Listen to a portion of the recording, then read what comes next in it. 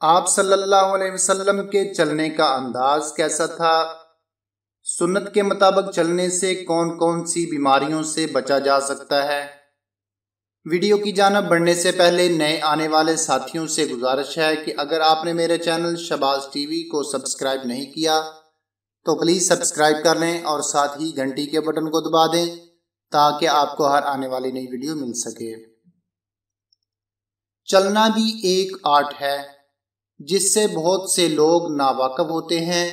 چلنے میں اگر عاجزی، انکساری اور متانت نظر آئے تو بلا شبہ خوش آئند ہے، اور اگر چلنا سنت نبوی کے عین مطابق ہو تو اس پر اجر و ثواب کا وعدہ اور بیماریوں سے شفا بھی ہے۔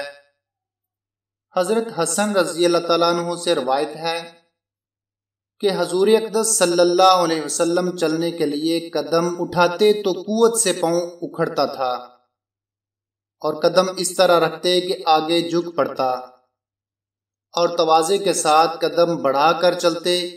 چلنے میں ایسا معلوم ہوتا کہ گویا کسی بلندی سے پستی پر اتر رہے ہیں۔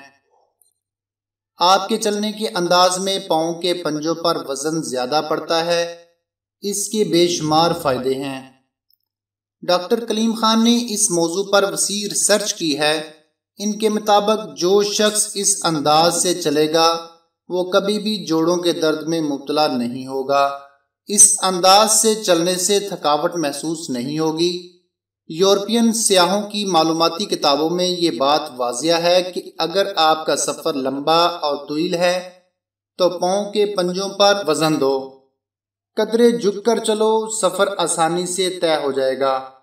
اس انداز سے چلنے والے کی نگاہ تیز ہوتی ہے، اعصابی کھچاؤ اور بے چینی ختم ہو جاتی ہے۔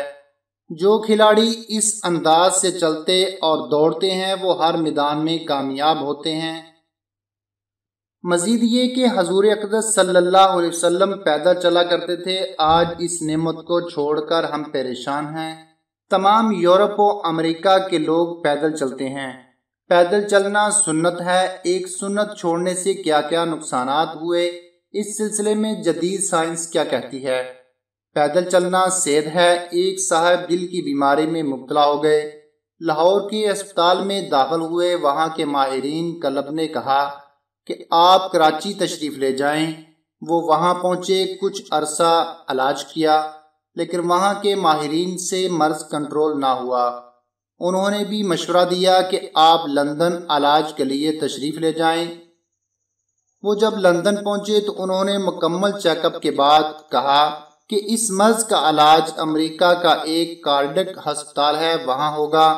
مرتے کیا نہ کرتے، وہاں پہنچے۔ فرماتے ہیں کہ جب اس اسپتال کے مین گیٹ پر پہنچے تو اس گیٹ پر لکھا ہوا دیکھا کہ پہلے پاؤں پیدا ہوا یا پہیا۔ وہ وہاں علاج کراتے رہے، خاطر خواہ افاقہ ہوا۔ ماہرین قلب نے انہیں آخری اور اہم مشورہ یہی دیا کہ آپ پیدل چلیں، یہی آپ کا علاج ہے۔ اگر ہم پیدل چلیں تو سنت پر عمل کی نیت سے، ایک تو سنت پر عمل کرنے کا ثواب اور دوسرا کئی بیماریوں سے شفا حاصل ہوگی۔ ذیل میں ایسی ہی بیماریوں کا ذکر پیش خدمت ہے۔ بے خوابی۔ ہر آدمی بے خوابی کا شکار ہے۔ ڈاکٹروں کے کلینک اور اطباء کے مطب ایسے مریضوں کا مرکز ہیں، لیکن جتنی ادویات میں اضافہ، مرض اتنا ہی بڑھتا جا رہا ہے۔ اگر آپ اپنے ماحول پر غور کریں تو آپ کو فوراً اس بات سے آگہی ہوگی کہ اس کی اصل وجہ بے حرکت زندگی ہے۔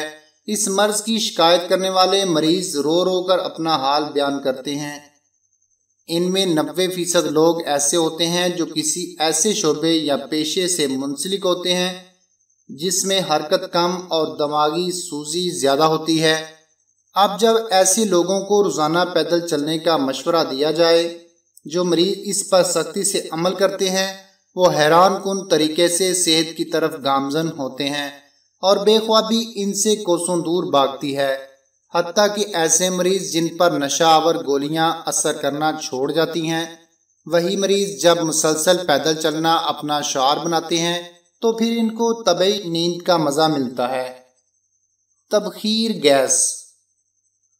بس، ٹرین، اسٹیشن، بازار، گلی، ہر جگہ آپ کو ہاضمے کی دوائی کا اشتہار مل جائے گا، یا کوئی گولیاں، سفوف یا مکسچر بیچنے والا مل جائے گا۔ ہر کسی کا یہ دعویٰ ہوگا کہ ہر قسم کی بادی، گیس، تبخیر وغیرہ کا آخری علاج اس کا یہ نسخہ ہے۔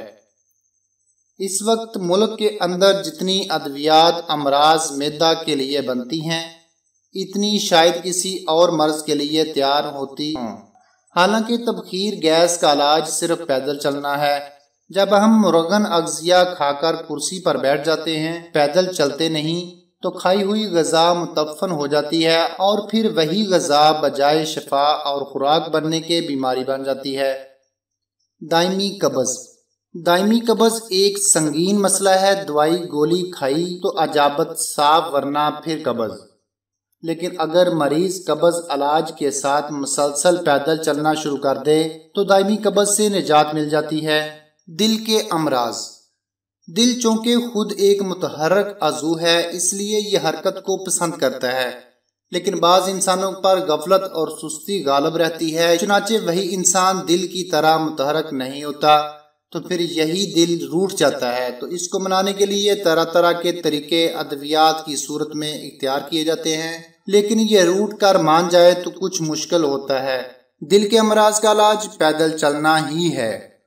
موٹاپا۔ کیا موٹاپا لا علاج ہے؟ ایک پولیس افیسر میرے پاس آیا اور کہا کہ میں پیٹ کم کرنا چاہتا ہوں۔ میں نے ادویات دیں اور روزانہ 5 کلومیٹر چلنے کا کہا۔ اس نے اس پر عمل کیا۔